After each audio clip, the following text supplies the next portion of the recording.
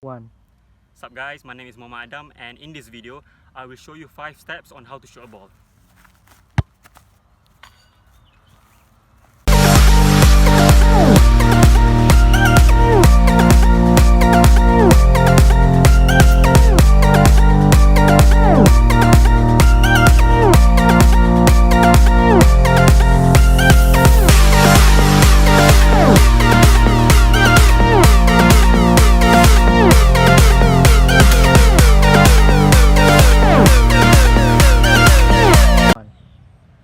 Before we go into any physical activities, stretching is an extremely crucial aspect of any athletic activities.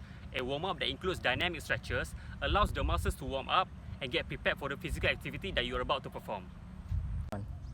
Doing the right stretches at the right time can greatly help to reduce the risk of getting injuries, such as muscle pulls, muscle tears, and muscle cramps. Stretchings can also improve your speed recovery.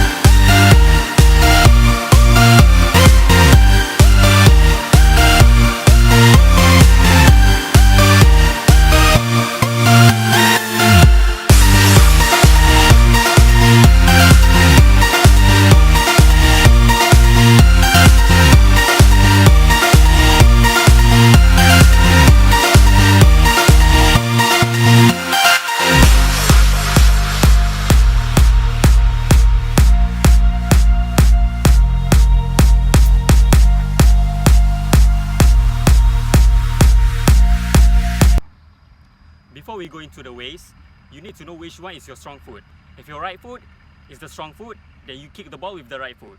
If your left foot is the strong foot, you kick the ball with your left foot. Make sure to stand a little bit to the side before you kick the ball, and don't stand in front of the ball.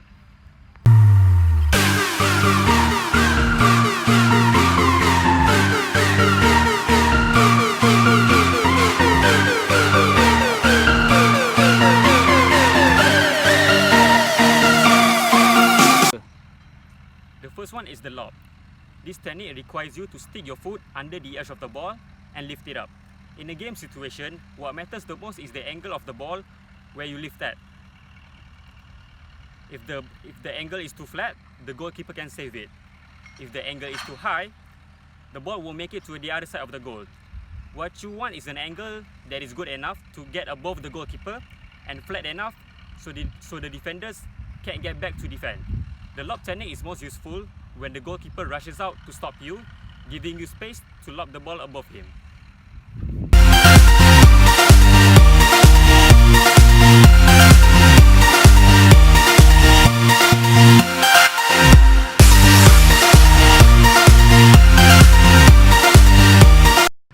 The second way is the outside curve. Use the outside top of your foot and strike through the side of the ball. This technique is useful when you want to curve the ball but don't have enough time to switch the ball to your other foot. It is also useful to those who are not good with their weak foot.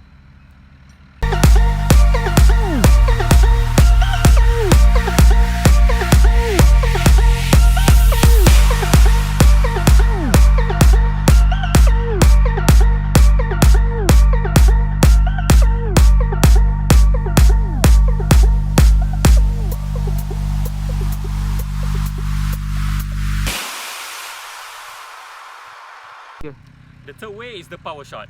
When shooting, turn your foot. This will allow you to strike the ball with more power. Hit the center of the ball with your foot followed with the target. This technique is useful when it comes to shooting from long distances.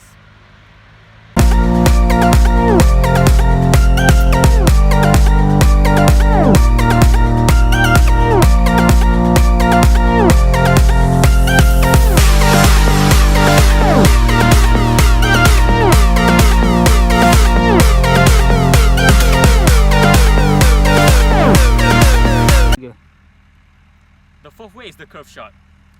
Use the inside area of your foot to strike. Use the low part along with the edge of the ball to create a side spin, which will create curve at the end. Shooting with curve is a great technique if you are in the edge of the penalty area. When you become good at it, you will curve past the defenders and into the top corner.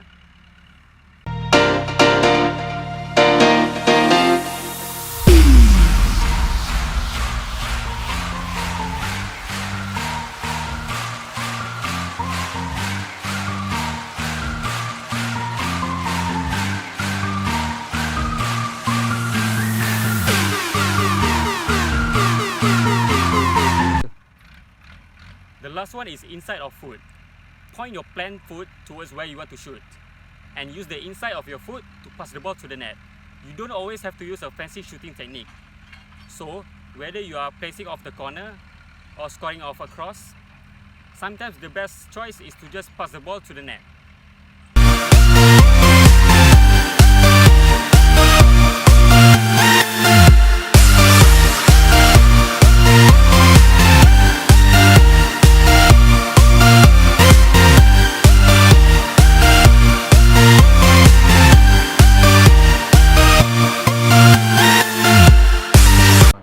It is important for you to cool down after doing any physical activities.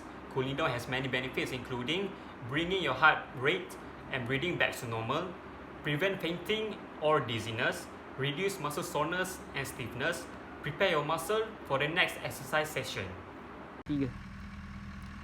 Now that I have shown you ways on how to shoot a ball, I hope you can practice this kind of ways to improve your footwork during your training session or in a football match.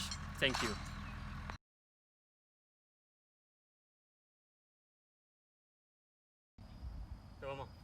Huh? One. The third way is the power shot.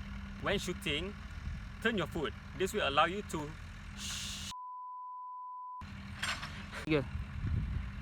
The third way is the power shot. When shooting, turn your foot. This will allow you to strike the ball with more power. Lupa. One.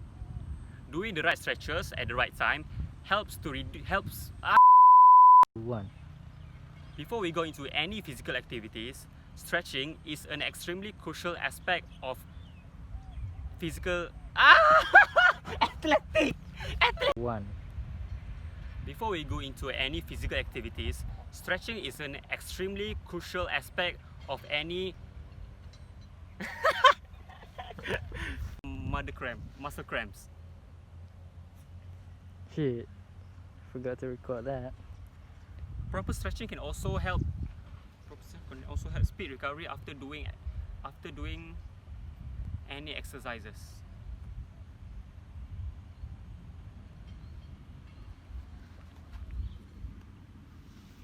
Tadi baca benda skrip ke? Oi, fuck lah. Boleh rehat sekejap? Sekejap. Hah? Rehat sekejap. Okay. Kau rekod ke? Yes. One. Before we go into this kind of activities that involve us a lot of leg activities, remember to stretch. Stretching is important because we are